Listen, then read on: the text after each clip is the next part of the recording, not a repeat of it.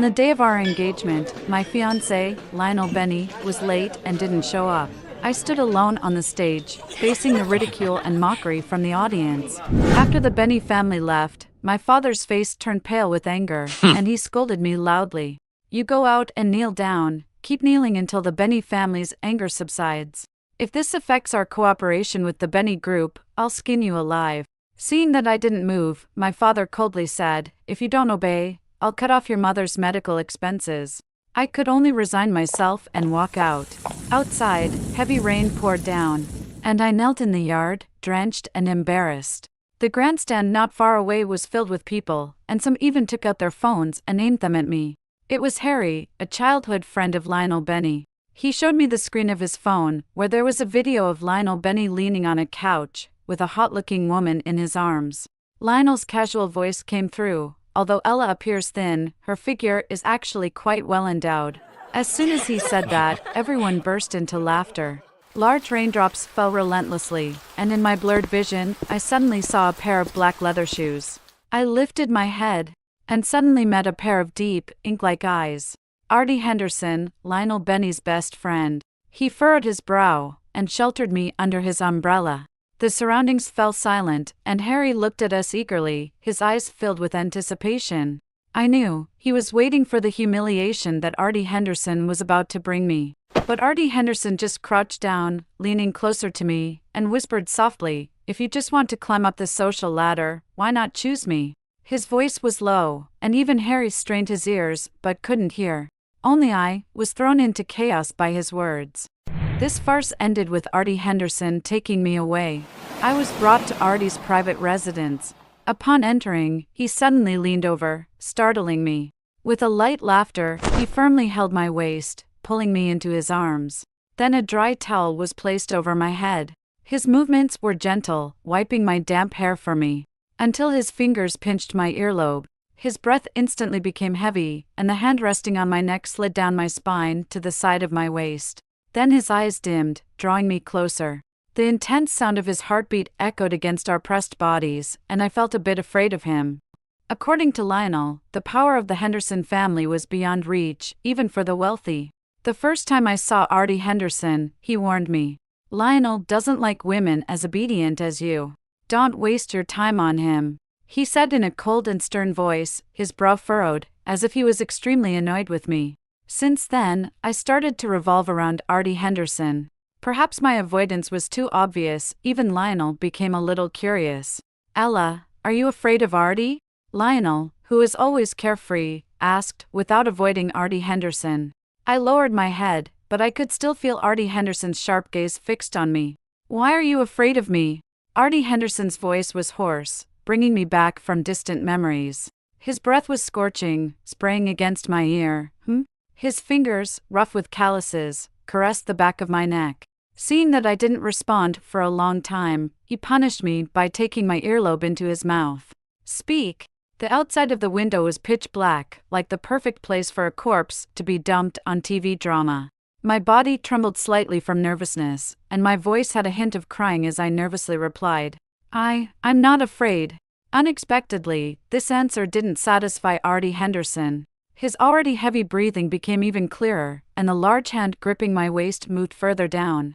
Just then, the phone rang. Arty paused his actions, impatiently took out his phone, and answered the call. "Arty," Lionel's voice came through along with noisy music. I don't know if it was just my imagination, but I could hear a hint of nervousness in his voice. "I heard from Harry that Ella is with you," Lionel said. Arty played with my long hair with his fingers and replied softly, "Yes." Lionel instantly relaxed his voice and said cheerfully, "Thanks for today. Consider it a favor owed to you." Arty didn't say anything, but Lionel didn't mind. He continued talking to himself. "Ella is timid and always cries a lot. Don't scare her away from me." Arty chuckled lightly, using his free hand to lift my chin, his thumb pressing against my lips, rubbing firmly. "When you ran away from the wedding, why didn't you think that she cries a lot?" Arty said. "But now you remember? Are you afraid of me?" He seemed to be asking Lionel, but also asking me. What is there to be afraid of? His fingers forcefully entered my mouth, and the possessive meaning in his eyes grew stronger. I had no way to retreat, tears welled up in the corners of my eyes. Just then, the call was hung up, and Arty's fingers withdrew. Before I could catch my breath, an intense and irresistible kiss came crashing down. "You're not allowed to be afraid of me." He raised an eyebrow, coaxing me in my ear like a satisfied beast. "Ella, my baby, and come sit a little closer." My marriage with Lionel Benny was cancelled by my father. Unexpectedly, Lionel was the first to disagree. "I just didn't attend the engagement banquet, it's not a big deal," he arrogantly said. "As compensation, I'll give you the land in the west of the city." Since meeting Arty, my father no longer looks favorably upon the Benny family, but he still needs to maintain a decent facade. It's Ella's misfortune. I believe Mr. Benny is not lacking beautiful women by your side, and you don't lack someone like Ella. Lionel Benny couldn't tolerate such humiliation, so he stormed off, without any gratitude. My marriage with Lionel Benny was originally a result of my father's relentless pursuit.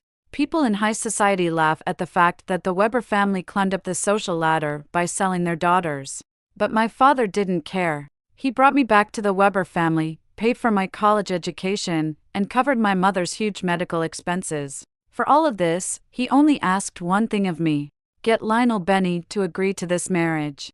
It took me 2 whole years to finally get Lionel Benny's consent.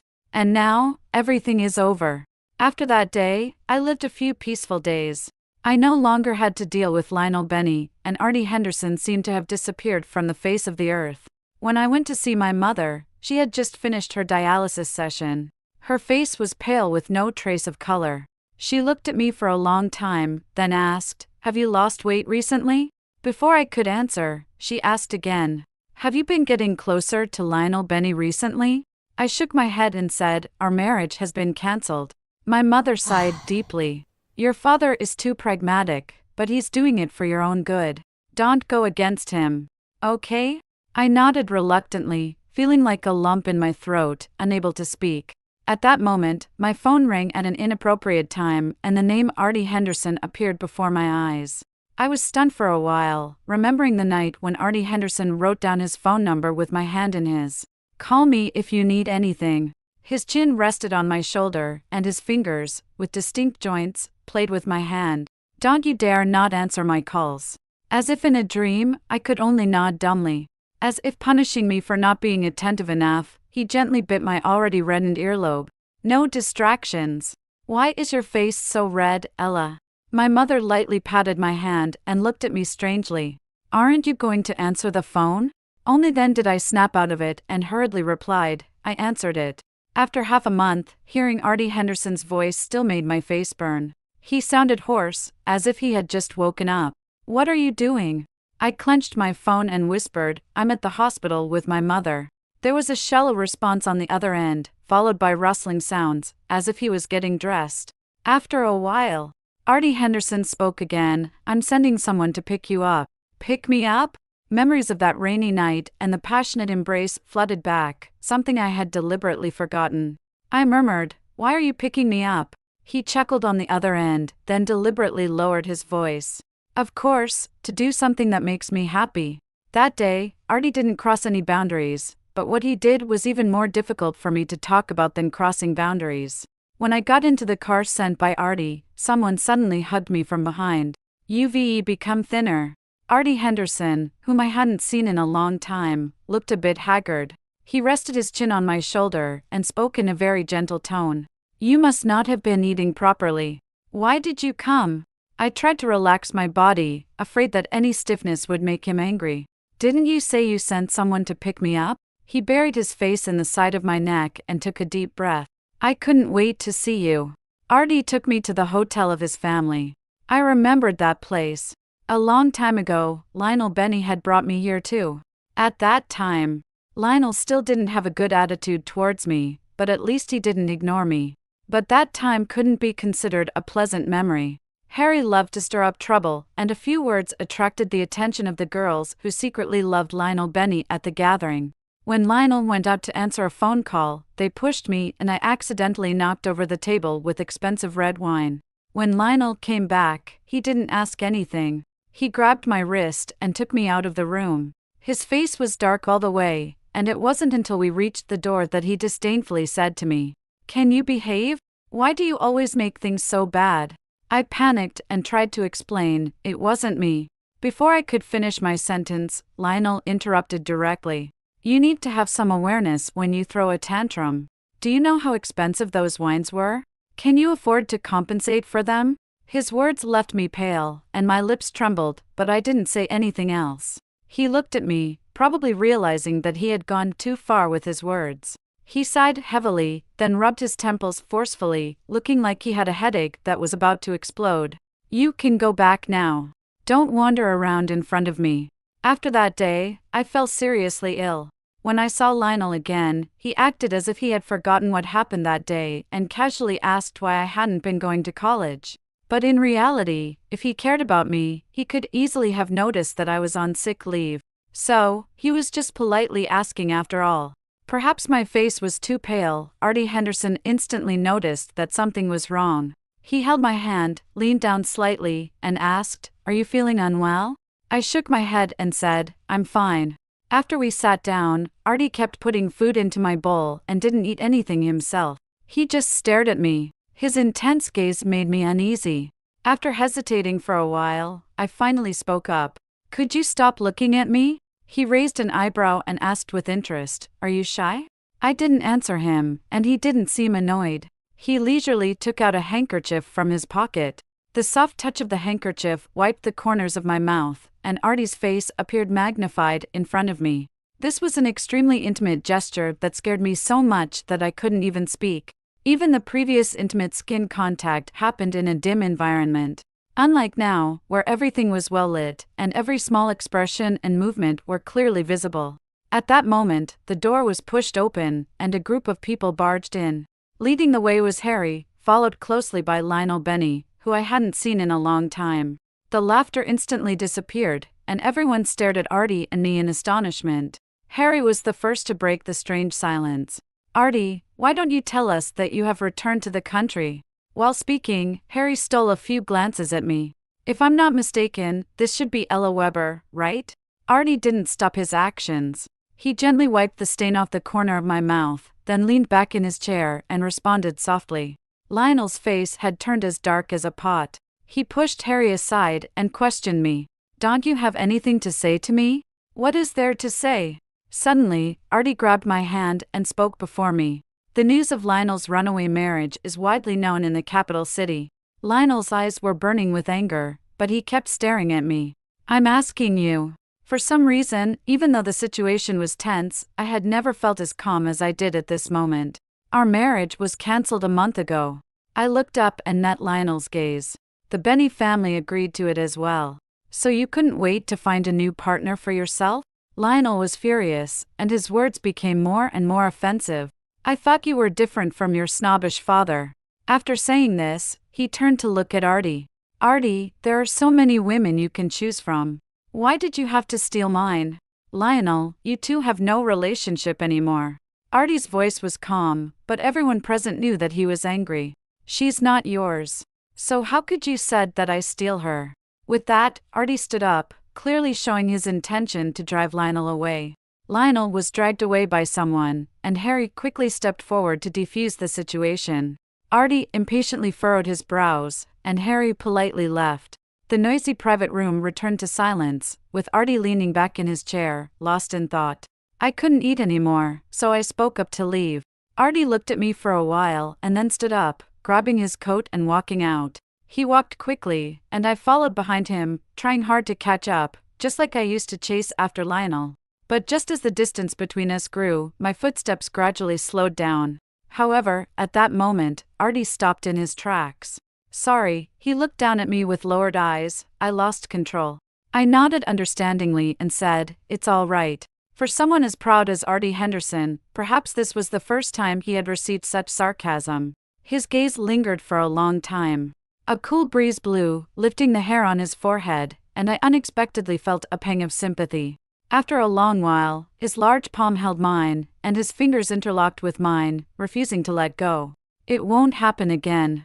Before getting off the car, I sincerely apologized to Arty Henderson. In the dimly lit carriage, Arty couldn't help but laugh at my serious expression. "Do you think I'm angry with you?" I nodded. If it weren't for me, you wouldn't have been publicly mocked by Lionel Benny. This has nothing to do with you. I started to say, but Arty's kiss interrupted me. He kissed me forcefully, almost taking away all the air from my mouth. I wanted to escape, but he held the back of my head firmly, and the driver in front raised the partition. In this narrow space, all I could hear was the sound of our lips touching. After the long kiss ended, he lowered his gaze and wiped away the moisture from the corner of my mouth. Ella, he called my name softly, seemingly helpless. Have you never passed a reading comprehension test before? In matters of love, I am a bit slow. When I was young, I relied on my mother. They said my mother was unmarried and pregnant, which was shameless.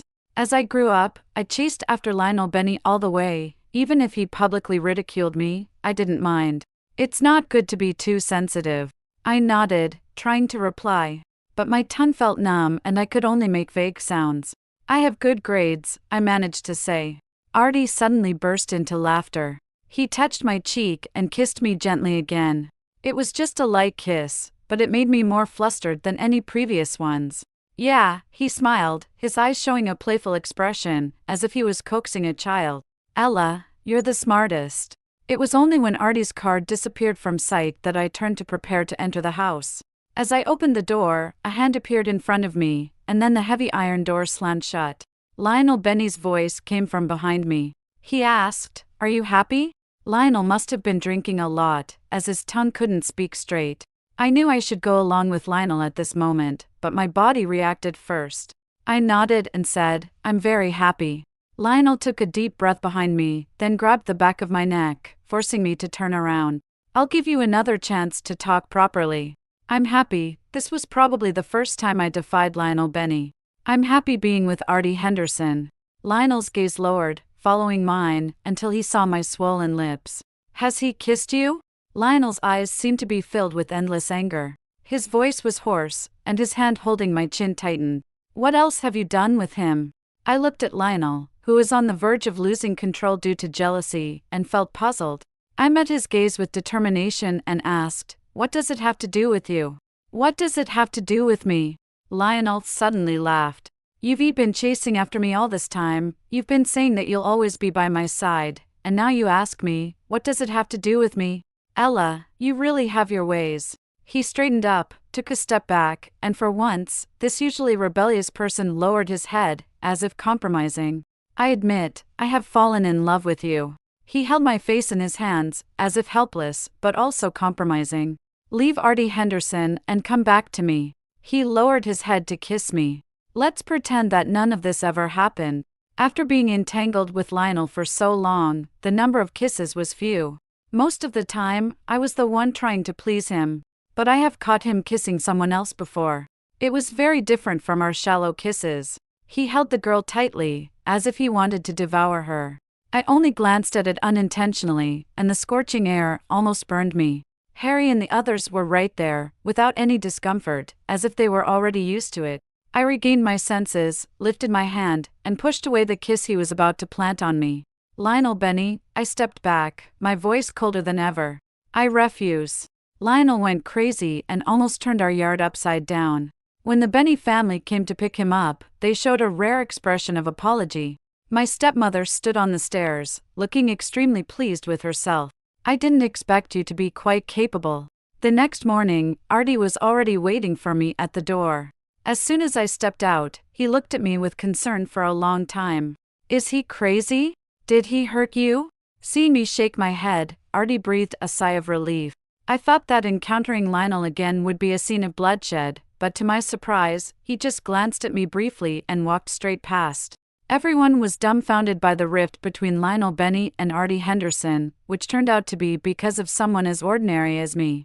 The college's online forum was flooded with discussions about this matter, and even news of the cancelled engagement banquet was dug up. In the photos, I was kneeling in the yard, drenched and miserable. And by my side, the tall figure of Arty sheltered me from the wind and rain. I've always said that Arty Henderson looks at Ella Weber differently, but no one believed me. "I believe you." Last year during PE class, Ella fainted, and Arty carried her to the infirmary, feeding her medicine and wiping her sweat. He stayed there until Lionel Benny arrived. I remember that too. At the time, I even joked with my best friend that Arty's back as he left alone looked like a deserted wife. I had no recollection of these things they mentioned on the forum, but I did faint during PE class last year. Vaguely, I remembered someone gently wiping the sweat off me while I was unconscious. And when I woke up, Lionel Benny was sitting beside me with a dark expression on his face. Without giving me a chance to speak, Lionel immediately launched into a barrage of accusations. "You're not feeling well, yet you insist on running. Are you unhappy unless you cause trouble?" I was used to Lionel's foul mouth, so I wasn't angry, but rather grateful. "Lionel Benny, thank you." Unexpectedly, as soon as I finished speaking, Lionel exploded like a balloon. He kicked over a stool and stormed off in a huff. It turned out that at that time, Lionel was not just frustrated but genuinely angry, so for the next half-month, he completely ignored me. My phone rang at this moment, pulling me back from my long reminiscence. Arty's hoarse voice was especially alluring in the dark night. "What are you doing?" Unconsciously, I fiddled with my fingers and replied, "I'm reading the forum." He chuckled lightly and asked, "Is it interesting?" I made a sound of agreement and then asked, "Did you take me to the infirmary last year?" Without any hesitation, he replied, "Yes." I thought it was Lionel. I squeezed the phone, feeling somewhat apologetic. "I haven't properly thanked you yet." "It's okay," he said. "You've already given me a better gift than thanks." I was puzzled and asked, "What is it?" Arty leaned closer to the phone and lowered his voice. "I can call you whenever I miss you. That's the best gift." Such seductive words, as if Arty was right beside me at this moment. He said, "Just the thought of seeing you again tomorrow makes me incredibly happy. Ella Weber, I miss you again." The tender words were filled with a man's passionate love, like a heavy rain that moistened my parched heart. After hanging up the phone, I was about to close the forum when a shining comment suddenly appeared. "When we first entered college, didn't the school auditorium collapse once?" At that time, Arty shielded Ella from the falling wood and took half a year to recover. And in the next second, all the posts about Arty Henderson disappeared. I sat motionless in place, and the post in front of me turned into a blank screen. When I first entered college, the school auditorium did collapse once. Unfortunately, I was on stage at the time. The accident happened in an instant. First, the chandelier above the stage suddenly fell, and then the pillars collapsed. Amidst the chaos, a tall figure embraced me, holding me tightly and pressing me against the corner of the wall, using his body to shield me. Dust filled the air, and when I tried to look back, my view was blocked by a hand. "Don't be afraid." The screams and commotion around me were muted, and in that confined space, I faintly smelled a hint of fresh grass. His arm leaned against my ear, the veins on his arm bulging, as if enduring great pain. That's all I remember about that day. When I regained consciousness, I was already in the hospital. I tried to find that person, but it was like searching for a needle in a haystack. Until one day, I caught a familiar scent on Lionel Benny. Lionel held a basketball and raised an eyebrow at me. "Young Junior, why are you staring at me in a daze?" I took a step forward, reaching out to tug at his clothes, my heart pounding. "I'm Ella Weber, what's your name?" The people around suddenly burst into laughter, and Lionel stood against the light for a while, before reaching out to rub my forehead. "I'm Lionel Benny." After that incident, I did inquire about Lionel's whereabouts. Classmates said that Lionel was also present when the auditorium collapsed, and he was also injured. So when my dad suggested that I befriend Lionel, I agreed willingly. I suppose Lionel had never encountered a girl with my personality before. From initially being at a loss to later teasing me relentlessly, it only took half a year. Half a year later, Arty Henderson returned. It was a gloomy afternoon, and Lionel found the classroom stuffy, so he went to the small pavilion on the rooftop to hide. He was absent for 3 consecutive classes, so the university teacher asked me to persuade him. When I reached the rooftop, I discovered that Lionel wasn't the only one in the pavilion. I walked softly, and they didn't notice my arrival. Lionel, as usual, was leaning against the wall with his eyes closed. It's rare to see Arty, who doesn't care about women, have a crush. At that time, Arty Henderson wasn't as cold and aloof as he would later become. He looked into the distance and quietly responded, "She's great." Although I realized it wasn't a good time to disturb them, I still greeted them. When Arty turned around, he was clearly startled. He stood up nervously, unable to speak coherently. What are you doing here?" Before I could answer, Lionel, who was behind me, opened his eyes. Arty, she's here to find me. Arty had a momentary look of confusion in his eyes. He stared at me, murmuring in disbelief. What? After Lionel had enough, he picked up his backpack and stood up, patting Arty's shoulder with a helpless expression. This is the clingy band-aid that I told you about. After saying that, Lionel walked up to me. Are you here to remind me to go back to class again? I nodded, and Lionel's lips curled up, clearly in a good mood. His rough palm rubbed the top of my head, and he said, "Let's go." I turned around and followed Lionel, but as we descended the stairs, I glanced back at Arty. He stood there in the rain, his forehead drenched. Perhaps because of the cold, there was a hint of vivid red at the corners of his eyes. He looked really handsome. That was my first thought. I couldn't sleep. That sentence from the forum kept replaying in my mind. The one who saved me wasn't Lionel, but Arty Henderson.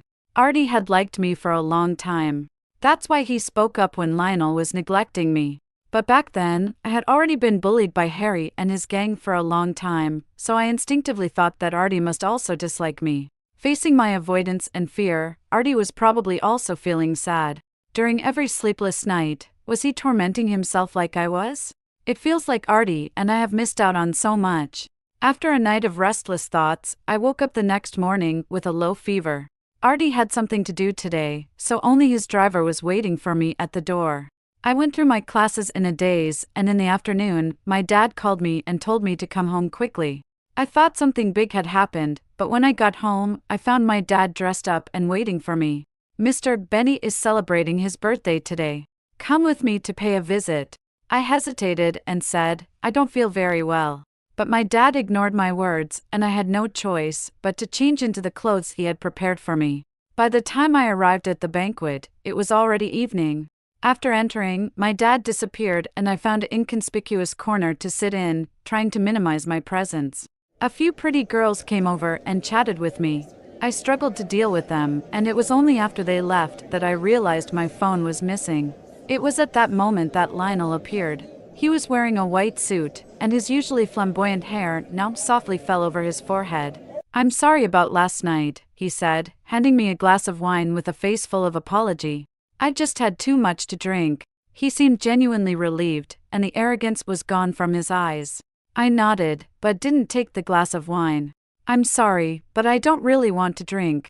Lionel's brows furrowed, and it looked like he was about to get angry, but he forcefully suppressed it. Ella, you're still angry with me, he said, holding the glass of wine in his hand, motionless in the air. People around us were already casting curious glances. In the end, I couldn't resist the pressure and took the glass of wine. A faint smile appeared on Lionel's lips, and he gently clinked glasses with me. I took a sip, but before I could put it down, Lionel held my neck and the bottom of the glass, pouring the wine into my mouth again. The strong drink hit me, causing me to cough uncontrollably.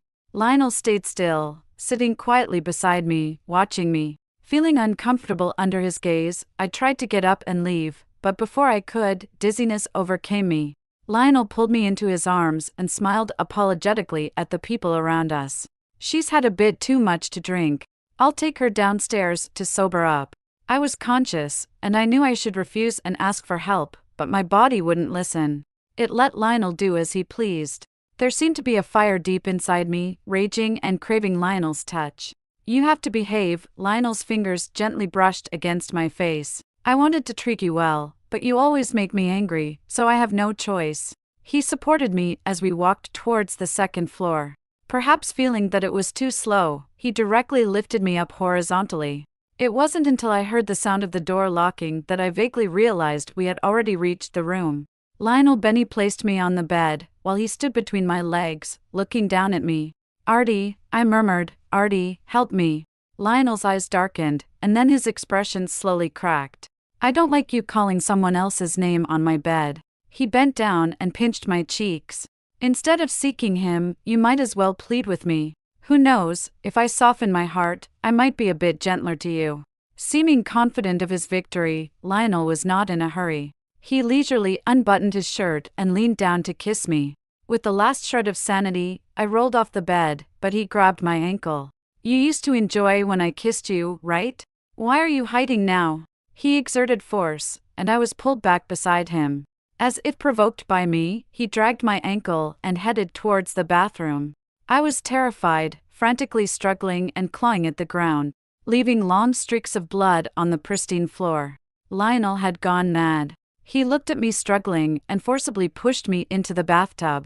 The scalding hot water engulfed me, intensifying the effects of the medicine.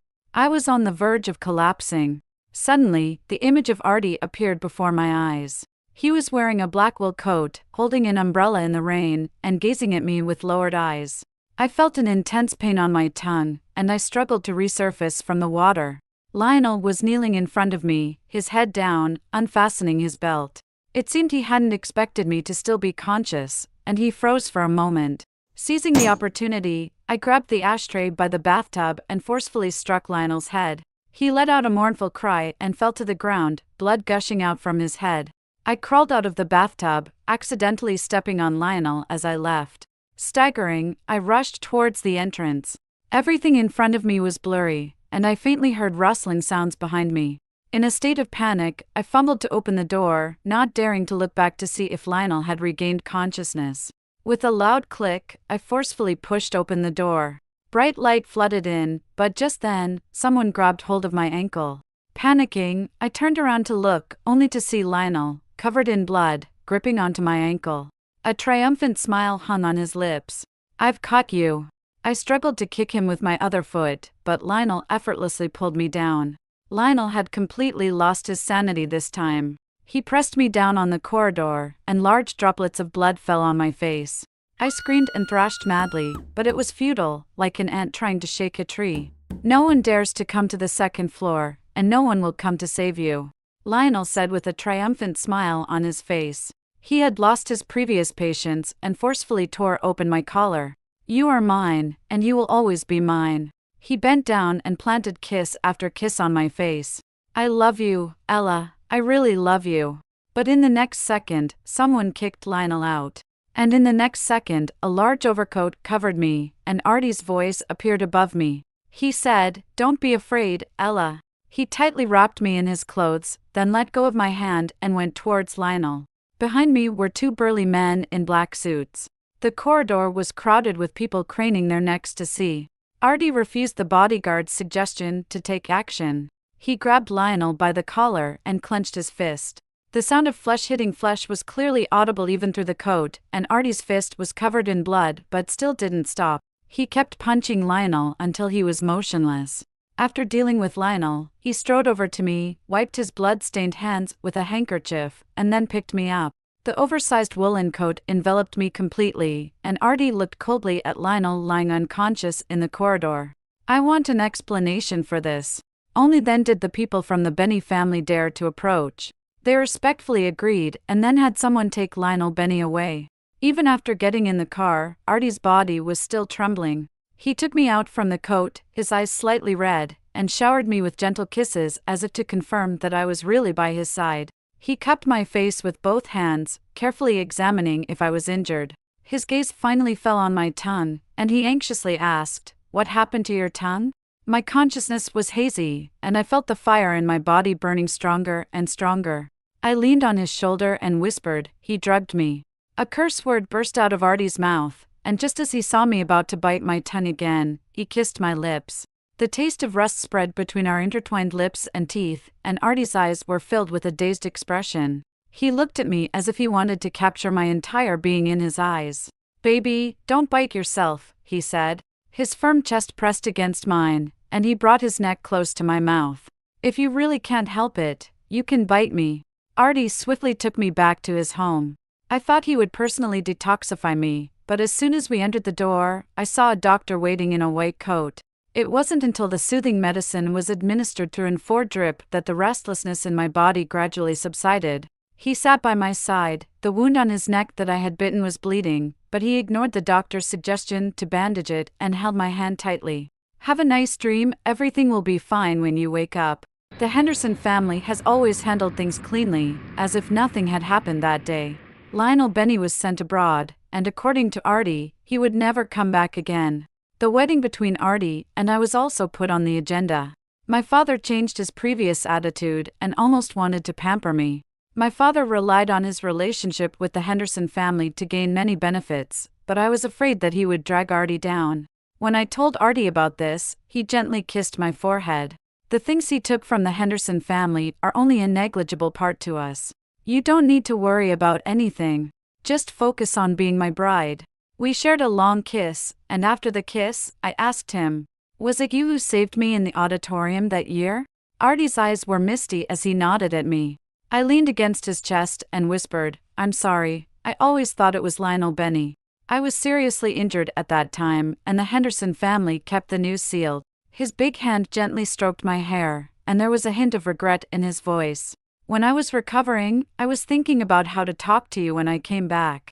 We both understood what happened next. I mistook Lionel Benny as a ray of light to chase after, and he thought I had fallen in love with Lionel Benny and could only silently feel down.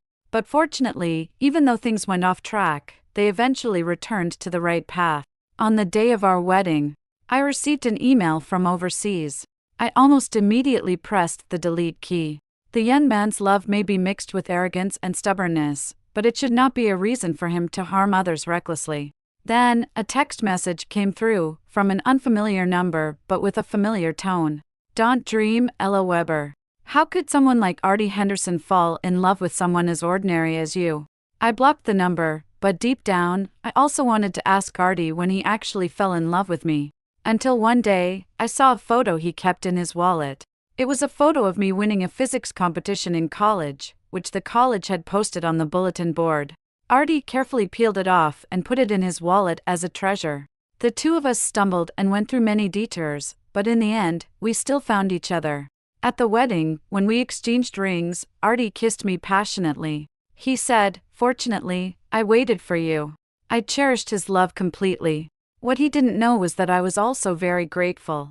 Grateful that he was the one.